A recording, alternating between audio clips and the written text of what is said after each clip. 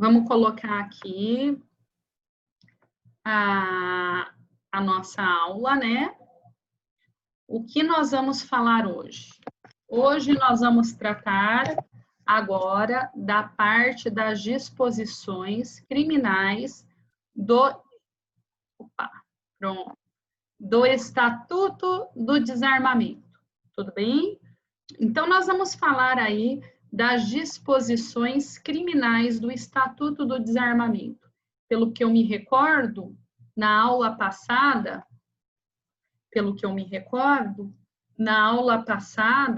nós estávamos exatamente discutindo, fazendo alusão qual é o objeto material desta legislação extravagante.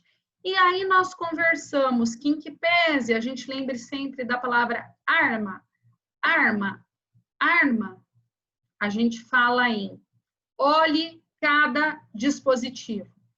Arma de fogo, acessório, munição, artefatos explosivos e incendiários. Cada dispositivo te dá aí o que da resposta. Por exemplo, esses dias eu estava tranquila, dirigindo, e uma amiga que presta concurso me mandou uma mensagem e falou para mim. Meus amigos me chamam de Nath, tá? Meus amigos. Aí, Moacir deu uma olhada, tipo, folgada eu, né? Meus amigos, né? Aí ela virou para mim e falou assim, Nath, olha essa pergunta aqui. O que você acha? Ah, gente, essa bagunça aqui que vocês veem é o meu umidificador e tudo isso é as coisas da moto do meu esposo, tá? Que ele deixa aqui nesse quarto. Então, assim, toda essa porcaria que vocês veem de bagunça é coisa de moto, tá? Tem o meu umidificador ali, a caixa e o resto é tudo coisa de moto. Enfim, whatever. Daqui a pouco vamos abrir uma mecânica. Mas vamos lá. Ela leu uma questão para mim de concurso. Olha que legal, já para vocês se ligarem. Olha que legal. Vamos lá. Olha que interessante. Eu adorei a questão. Fulano foi preso em via pública com uma arma de fogo, municiada com quatro cápsulas. Ok? A arma era ineficaz, conforme atestado pelo seu laudo de prestabilidade. Pois bem, conforme a lei em regência, é crime? Caso positivo, qual? Gente, questão boa. Essa questão, eu quero que todo mundo para verificar. Questão inteligentíssima. Por quê? Primeiro, ela te remete com propriedade ao objeto material do crime, porte ilegal de arma de fogo. Vejam, ela te remete a saber de bem jurídico, objeto material, crime em espécie, lei propriamente dita e posicionamento jurisprudencial. Ela te cobra, de uma vez, 5 conhecimentos. 5 conhecimentos. Então, comigo, vamos lá. Primeiro, a arma de fogo, pau nela. Por quê? Porque ela é ineficaz, ela é imprestável. Foi feita a perícia? Sim, foi feita a perícia. Todavia, a perícia constatou que a arma é ineficaz, inapta ou imprestável. Porquanto, a arma de fogo que não funciona não tem sequer a capacidade de gerar perigo no bem jurídico e incolumidade pública. Tudo bem? Mas as 4 munições estavam lá.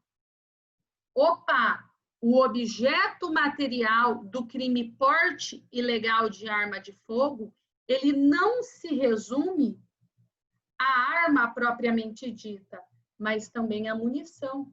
E a munição funciona, porquanto o artigo 14, porte, tipifica arma de fogo, acessório ou munição. Não temos acessório, mas temos arma emprestável e munição que funciona. Propriamente dito, é crime. Propriamente dito, é crime.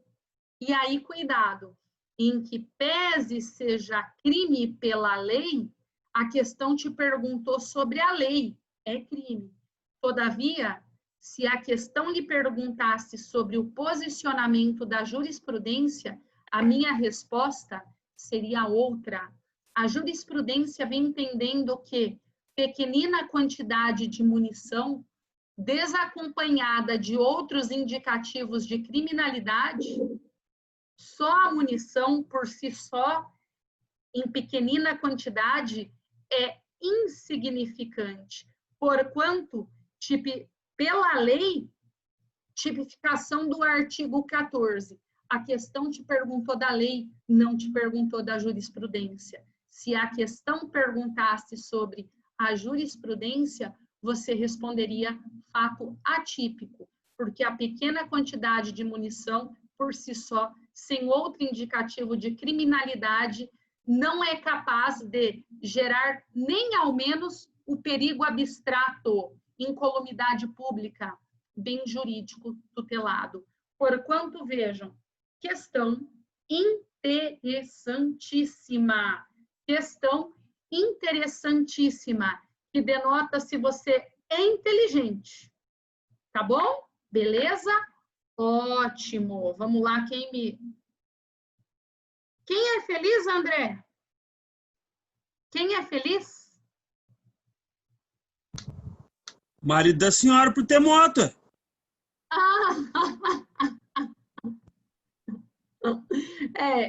Ele é nesse patamar, então ele é feliz. Isso aí, bem felizão. E vocês querem o pior? Vou contar para vocês. Vocês me permitem? Me permite? Eu tinha um outro, já que ninguém respondeu, quem cala consente, né? Eu tinha um outro carro que eu queria vender. 6 meses para vender meu carro com o novo já e o carro na garagem. Amor, nenhuma proposta no carro? Não. Depois de 6 meses ele veio, apareceu uma proposta para trocar por uma Harley. Falei, você tá de brincadeira, né? Não sei andar de moto. E aí, depois de mais 2 meses, apareceu outra proposta só para trocar por uma moto. Tipo, em 8 meses, apareceram 2 propostas apenas para trocar por moto, né? Tipo, hello, ou alguém acreditou. Enfim, wherever, a moto ainda no fundo, bem lá no fundo, se vocês entenderem, ela é minha, tá? Eu só não piloto, mas hashtag essa moto seria minha. Vamos continuar, então? Vamos lá, gente. Agora eu quero de vocês detalhe. Primeiro detalhe. Nós estamos falando de arma de fogo, acessório, munição, artefato explosivo ou incendiário. A pergunta é: e arma branca? É crime? Vamos lá. Arma branca caracteriza crime no Estatuto do Desarmamento?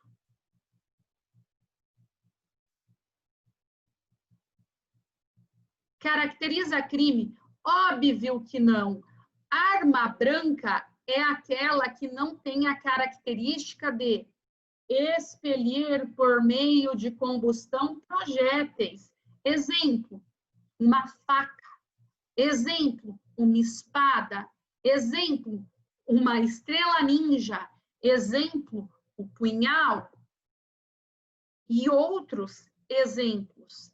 A arma branca, ela pode ser própria, aquela criada com a finalidade de atacar ou defender, mas também pode ser imprópria, aquela que não fora criada com esta finalidade, mas simplesmente é capaz de ter a finalidade de uma arma. Exemplo, um martelo, uma faca de açougue, dentre outras, certo?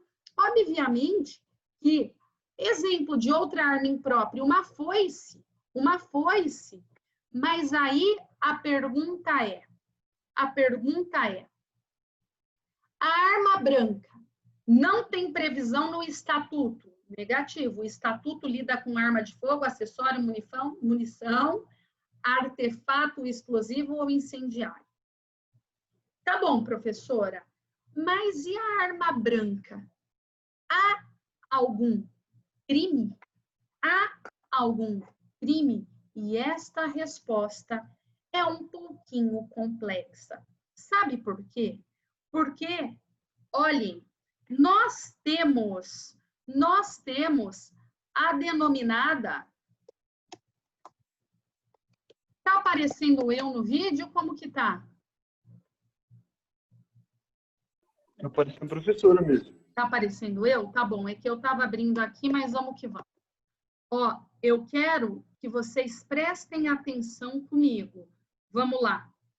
Nós temos a Lei das Contravenções Penais, que são aqueles denominados crime anão, infração liliputidiana, né? A brincadeira que se faz muito em concurso é infração liliputidiana, que são pequeninos, né? Faz alusão a uma literatura que são os pequeninos, são aqueles crimes pequenos. Na verdade, são infrações de menor potencial ofensivo em que não há pena privativa de liberdade, nem reclusão, nem detenção. Mas a lei específica de contravenção, em vigência desde 1941, traz ali pena de multa ou prisão simples. Pois bem, o artigo 19 diz que trazer consigo arma fora de casa ou de dependência desta, sem licença da autoridade. Trazer consigo arma fora de casa ou dependência desta, prisão simples, de 15 a 6 meses ou multa. Gente, e aqui daí tem gente que entra em parafuso. Tem gente que entra em parafuso, mas a questão, na boa, é simples. É simples. Por quê? Vamos lá. Abriu? Ótimo. Olhem na tela para vocês. Olhem o que diz o artigo 14 da Lei de Contravenções Penais. Trazer consigo arma fora de casa ou de dependência desta, sem licença da autoridade, prisão simples, é contravenção. E aí, qual é a grande jogada? A grande jogada é que aqui nós tratamos arma como gênero. Porquanto, se for arma de fogo, é simples. Princípio da especialidade. Não vai ser aplicado a contravenção, vai ser aplicado o Estatuto do Desarmamento. Estatuto do Desarmamento. Então, sabemos, se for arma de fogo, nós temos o princípio da especialidade. E o Estatuto do Desarmamento está falando do quê? Arma fora de casa ou dependência desta. Crime de porte, previsto no artigo 14. Crime de porte, lembrem, fora de casa extramuros. Extramuros, porte. Intramuros, posse. Tudo bem. Mas a questão ainda que nos atormenta é, agora vamos falar bem sobre o assunto. A questão é, tá bom, mas o que é arma? Há quem critique que esse dispositivo é inconstitucional, porque ele feriu um princípio. Qual princípio? O princípio da taxatividade. Taxatividade. No direito penal, nós temos que tratar com certeza, determinação. Por ser lei penal incriminadora, nada do que é abstrato pode perpetuar, porquanto há quem diga que é inconstitucional, porque não definiu o que é arma. Logo, meu esposo é engenheiro, ele saiu com um canivete porque ele vai numa fábrica fazer um serviço, é arma? É contravenção penal? Então, vejam, não é possível esta concepção, tudo bem? Há quem diga que é inconstitucional. Pois bem, só um minutinho, gente. Há ainda quem diga que, além de não nos trazer o que é arma, e aí vocês podem anotar, tá? Corrente defendida por Nutt. Além de não nos trazer o que é arma, nós temos um outro detalhe aqui. Fora de casa ou dependência desta, sem licença de autoridade. Sem licença da autoridade. Olhem, se você olhar todo o ordenamento jurídico, nós não temos nenhuma portaria, nenhum decreto, nenhuma resolução que regulamente qual arma nós vamos ter licença da autoridade, qual arma nós não vamos ter licença da autoridade. Retomando ao raciocínio, neste sentido, o meu esposo, como diz o André, feliz, por ser engenheiro, poderia ser pressuposto que ele teria licença da autoridade para desempenhar a função dele. O médico anda com um bisturi. Bisturi é uma arma imprópria. Não foi criada com finalidade de ataque, mas, gente, pensa num negócio que corta. É o tal do bisturi. A depender, corta mais que uma faca.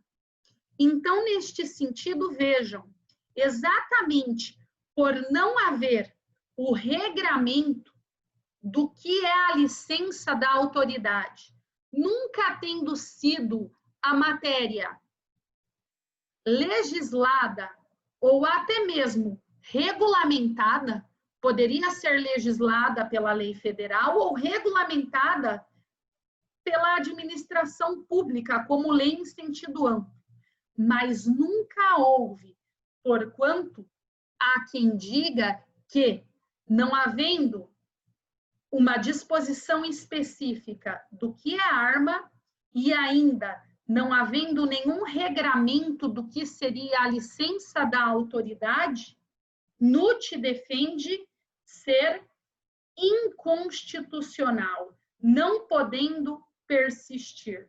Detalhe, a matéria está em andamento no STF, num recurso extraordinário, reconhecida já a repercussão geral, mas ainda sem julgamento. Eu fiz uma consulta, salvo engano, está parado desde o final de 2019, e o STJ, olhem, mantém a posição de que é crime. Perdão, errei. é contravenção, sendo dispositivo constitucional. Logo, vejam, o STJ não se deixou seduzir pelos argumentos da abstratividade, que fere a taxatividade, nem da ausência de regramento quanto à licença da autoridade. O STF ainda vai deliberar a matéria, mas o RESP está parado. Então, vejam, para uma questão, nós temos uma infinidade de resposta. Pois bem, se hoje cair na sua prova, o que você responde? Simples. Depende. Depende do quê, professora? De quem pergunta. Depende de quem pergunta. Se você tiver numa prova para promotor, mete o pau no STJ. É contravenção, não é inconstitucionalidade, decisão recente de 2020.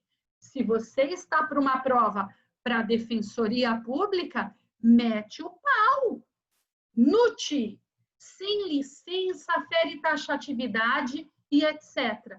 Se você está numa segunda fase da OAB, numa questão para fazer a defesa, numa alegação final, mete o pau naquilo que nós estamos falando. Mete o pau naquilo que nós estamos falando.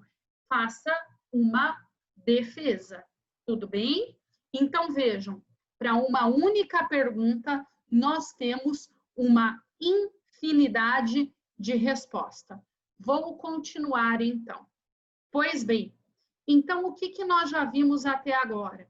Nós já vimos até agora que poderá haver, deixa eu salvar, nós já vimos até agora que o objeto é arma de fogo, acessório, munição, artefatos. Já vimos que, a depender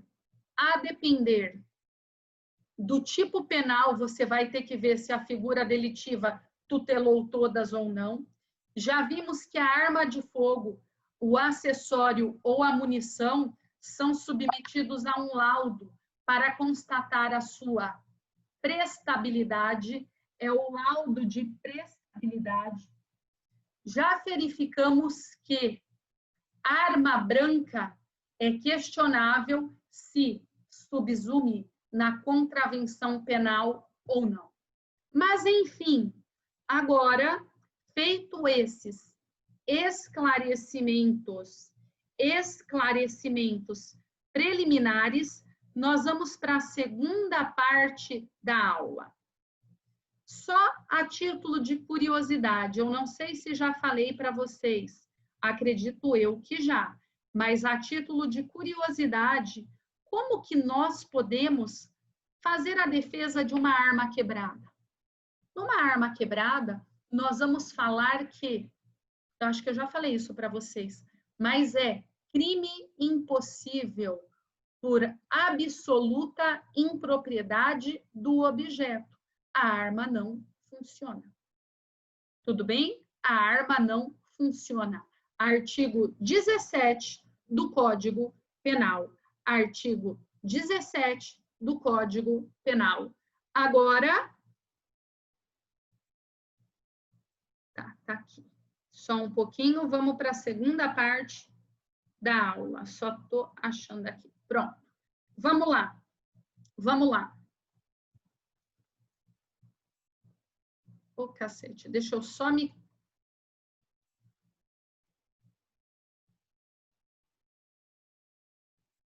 Vamos lá. Agora eu quero falar com vocês dos crimes em espécie. Vamos falar. Posse, olhem o nome do crime, olhem o nome legal, olhem o nome iuris, como está na lei. O nome da lei, o nome legal. Posse irregular de arma de fogo. Posse irregular de arma de fogo, esse é o nome. Quando vier esse nome, a tua cabeça tem que fazer uma alusão de uso permitido. Posse regular do artigo 12, pá, uso permitido. Vamos lá.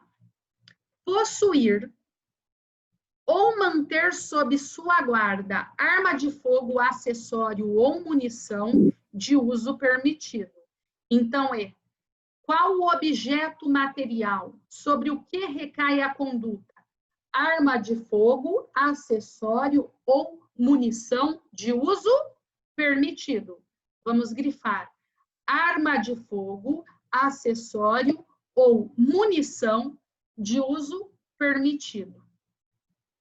Possuir ou manter sob sua guarda, em desacordo com determinação legal ou regulamentar. Por quê? Porque você pode ter o registro. Se você tiver o registro, não é crime. Vimos a aula passada. Você pode ter o registro ou até mesmo a autorização para portar. Aí não é crime. Mas vamos lá. O crime é em desacordo com determinação legal ou regulamentar. Aonde? No interior de sua residência ou dependência desta.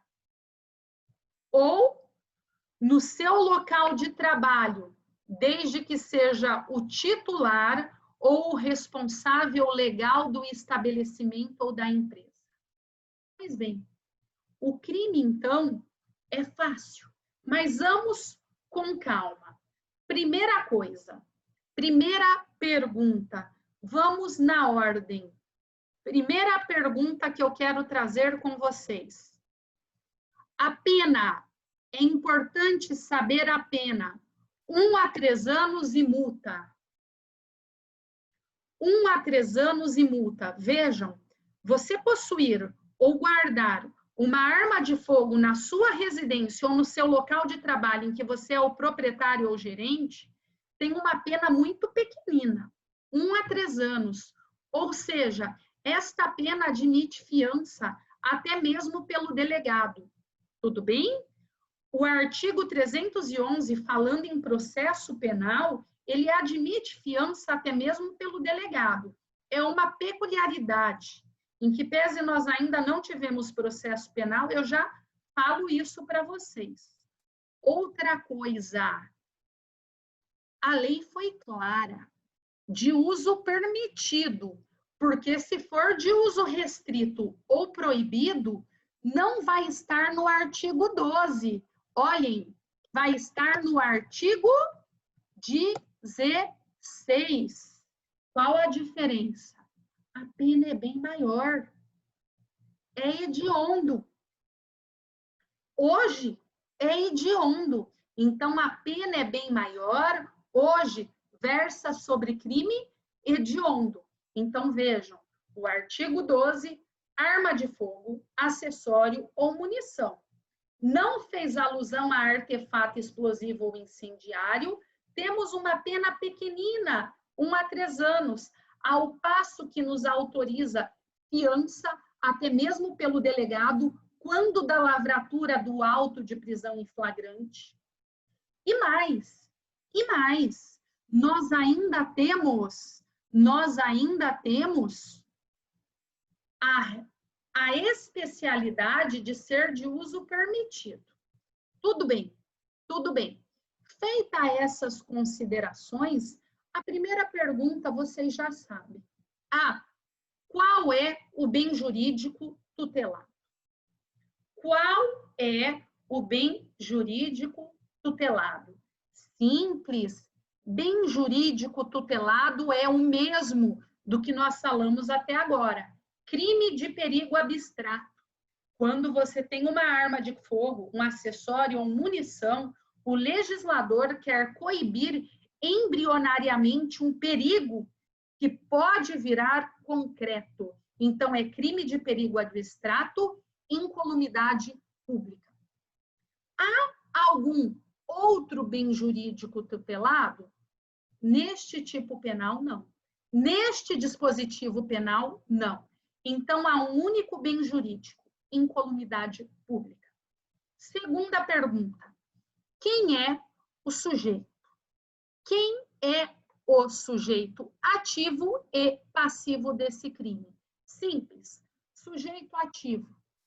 Há alguma característica, há alguma qualidade em especial? Possuir ou manter arma de fogo, acessório ou munição de uso permitido em desacordo no interior da casa ou em estabelecimento? Qualquer pessoa. Qualquer pessoa pode possuir uma arma em casa. Qualquer pessoa pode possuir arma no seu estabelecimento. Logo, versa sobre crime comum. Sujeito ativo, qualquer pessoa, crime comum. Sujeito passivo. Vejam, ao passo que o bem jurídico é perigo abstrato à incolumidade pública, obviamente que o sujeito passivo será a coletividade. A coletividade. Pois bem, então nós falamos do tipo penal, do bem jurídico e dos sujeitos. Agora eu quero fazer a descrição analítica do delito no que tange à tipicidade objetiva. Vamos falar um pouquinho da tipicidade objetiva. Pois bem, vamos lá, bora. Primeira coisa, nós temos um crime, novamente, sob viés plurinuclear. Um crime, novamente, sob o viés plurinuclear. Neste sentido, este crime é possuir, que significa ter a posse, ou manter sob sua guarda, significa para terceiro. Então, nós temos ali dois núcleos, duas condutas, possuir ou manter. Tudo bem? Tudo bem? Então, é um crime plurinuclear, misto, alternativo. Qualquer uma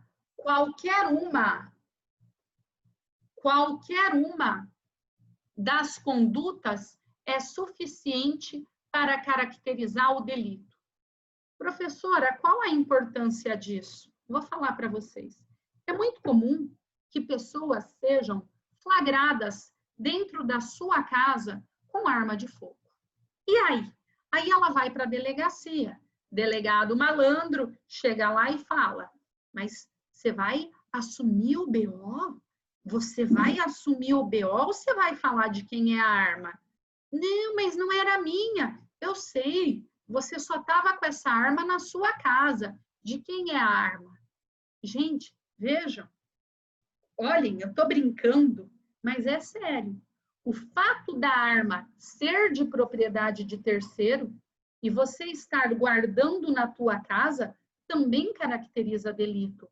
Então, se liga, não adianta você falar, não, é do meu irmão. Por quê? Porque você não vai se livrar do delito. Você vai responder por manter sob a sua guarda e o seu irmão vai responder por outro tipo, por ter a propriedade. Então, saiba, a lei quis tanto aquele que possui a título próprio, quanto aquele que mantém sob a guarda para título alheio. Os dois são crimes. Tudo bem? Uma ou a outra conduta são alternativas, caracterizam o delito. Vamos continuar. Outra coisa importante vocês saberem é que, por vezes, a sua prova, ela não diz, ela fala assim, fulano foi achado na sua casa com arma de fogo.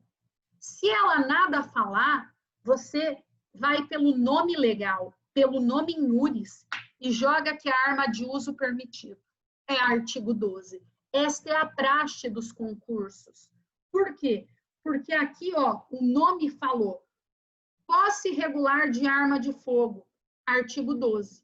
Então, vejam, nós sabemos que se for de uso permitido ou restrito, é 16, é especial. Mas se nada falar, nós fazemos uma interpretação do nome legal e deduzimos que é de uso permitido, tá? Lembra vocês também, tal como já foi dito na aula passada, obviamente, quem diz que a arma de fogo é de uso permitido, é de uso restrito ou é de uso proibido, são decretos do presidente feito, em verdade, né, com o comando do exército e etc. Eu não quis dizer do presidente, eu quis dizer do executivo, perdão, eu confundi a pessoa com o cargo, eu errei. Mas são decretos do executivo, normalmente regrados aí pelo exército. Ok. E nós temos em mente que vocês têm que saber só as armas coringas. Quais são as armas coringas? Simples. 38, 22, 32. O resto você não precisa decorar, tá? Mas lembrar, 22, 38, 32 são coringuinhas. Já voltamos um minutinho. Já voltamos, eu já mando o link para o André. Um minutinho.